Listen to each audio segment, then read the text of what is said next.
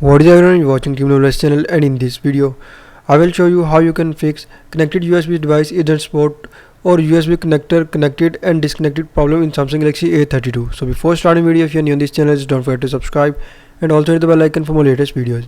So if you are facing these issues while connecting USB, then first of all you just need to go to settings and then follow every single step as I'm showing you in this video. Hope so this will fix your issue.